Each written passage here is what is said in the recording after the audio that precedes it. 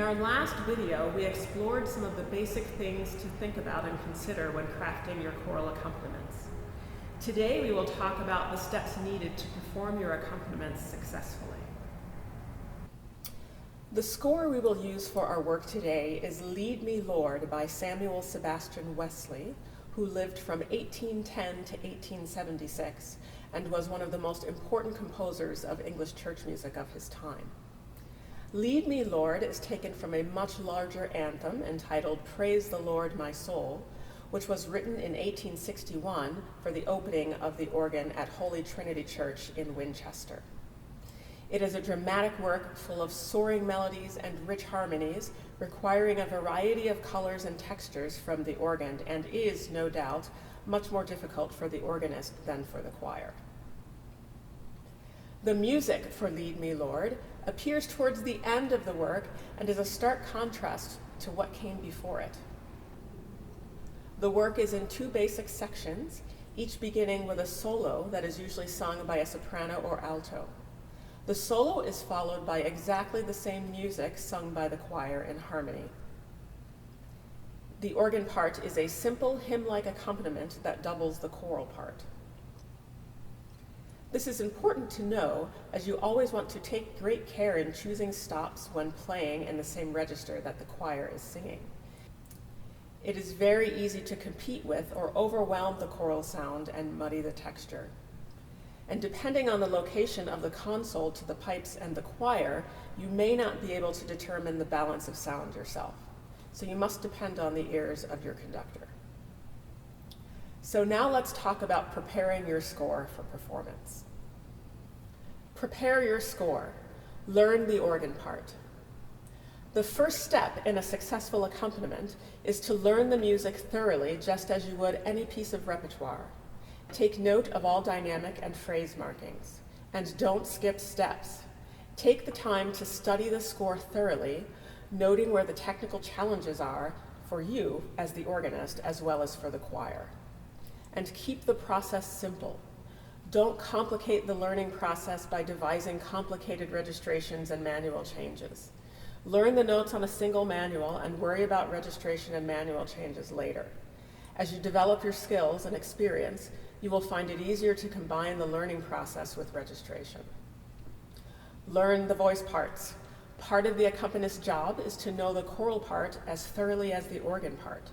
You may be called on to run a rehearsal, or to rehearse sectionals, or to even conduct the piece yourself if necessary.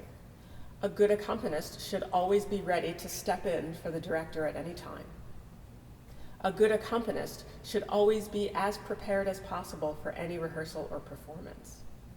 While we are often called on to sight read, you want to make sure that the majority of your work comes from a place of discipline, process, and study. The better your practice regimen, the better sight reader you will be. If you have been given the music ahead of time, be sure it is as prepared as it can possibly be.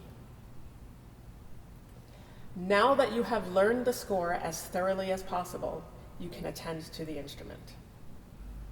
Prepare the organ. In our first video, we talked about how to evaluate the sound of the choir and the organ so that we can choose the appropriate stops. Let's take a look at today's instrument. On the back wall of the cathedral, we have a large freestanding mechanical action instrument built in 1977 by the Flentrop Orgelbouw, which is a Dutch organ builder from the Netherlands. It is a 3-manual instrument with mechanical action, which means the keys are directly linked to the pipes with trackers, which in this case are made of flexible wood. This type of action gives us an incredible amount of control and nuance over how sound is released from the instrument, which is really ideal. However, because the instrument is designed in a more historically informed way, with no electricity in the console, all stop changes must be done by hand. And as you can see, these stops can be a challenge to reach in a hurry. But you'll get to see that and hear quite a bit of the instrument in my performance on the evening recital. The pipes of the pedal division are situated in the pedal towers in the center and on the sides of the case. As you know, the pedal plays the lowest sounds and the longest pipes on the instrument. The main manual, called the Hoofdwerk, or headwork, plays the pipes that are in the main center part of the case. This division contains some of the most commanding sounds of the instrument and is ideal for congregational accompaniment. The top manual, called the Bovenwerk, or overwork, plays the pipes that are at the very top of the case with shades that are hidden behind the tower in the top center of the case. This manual contains a colorful combination of stops that can be used for character and successful accompaniments. The bottom manual, called the Rugwerk, or backwork, plays the pipes that are situated to the back of the player and hang off the gallery rail. These stops also have individual character and can be used for accompaniment, though they are located close enough to where the choir stands to be overpowering. Now let's evaluate the instrument according to the questions we asked earlier. Evaluate the organ's potential to carry sound. The instrument has a large number of stops with a variety of color options that combine to make interesting combinations. It is well voiced for the room, with the sound of even the smallest flute carrying throughout the room. The sound balloons as it travels through the room and surrounds the listener with sound. Evaluate the tone quality of the organ. The individual stops range from transparent to rich and complex, and are flexible enough to create a wide variety of interesting combinations on each manual. Take note of the location of the pipes for each division. The organ is situated in one central location, speaking down the nave of the cathedral. The Rugwerk gives a more direct sound into the room as those pipes are closer to the listener. The organ will always speak from above and behind the choir, which gives the opportunity to surround the choir and the congregation with sound. Now that we know more about the instrument, we are ready to craft our registration. The solo sections. The first section is sung by a soloist, either a soprano or an alto, in a range that generally tends to be one that is not very powerful. So we want to take care in the stops that we choose. I have chosen to begin on the Bovenwerk, which is the upper pipe work of the instrument, and I've chosen the 8-foot Borden and the 8-foot Gamba for the solo section. When the full choir comes in, I'm going to play on the Hoofdwerk with the Bovenwerk coupled down to it. And I've also pulled the 8-foot flute on the Hoofdwerk as well to give a little bit more of a rounder sound, but coupled so that there is some consistency between them.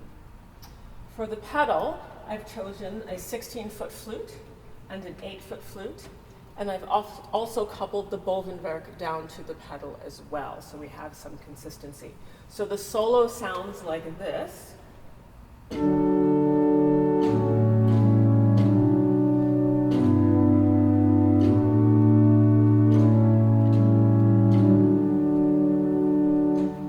And the full choir sound will sound like this.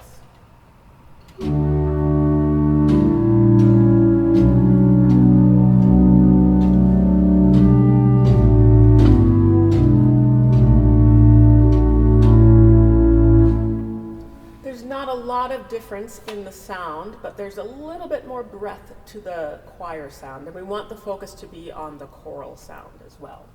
So that registration should take us through the entire piece. Because this instrument is completely mechanical action, I have not devised any complicated registration changes. We're just going to keep it simple.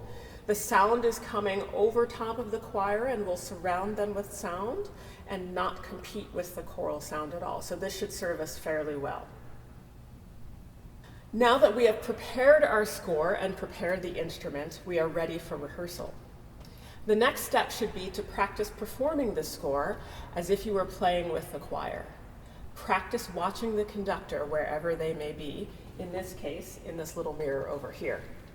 Be sure you can play a good part of the score without needing to look at your hands, the instrument, or the score itself. And expect the unexpected. The conductor may have different ideas about tempo, about breath, about phrasing. Be sure you're comfortable enough with the score so that you can be flexible. And lastly, and most importantly, play musically. Always remember that you are making music and creating something that is beautiful and meaningful to those who hear it, and hopefully for you as well. It's easy to get lost in the details of the duties of the work. Always take the time to appreciate the beauty in what you are doing. In the next video, we'll take a look at preparing the same piece on a very different organ. In the meantime, happy practicing.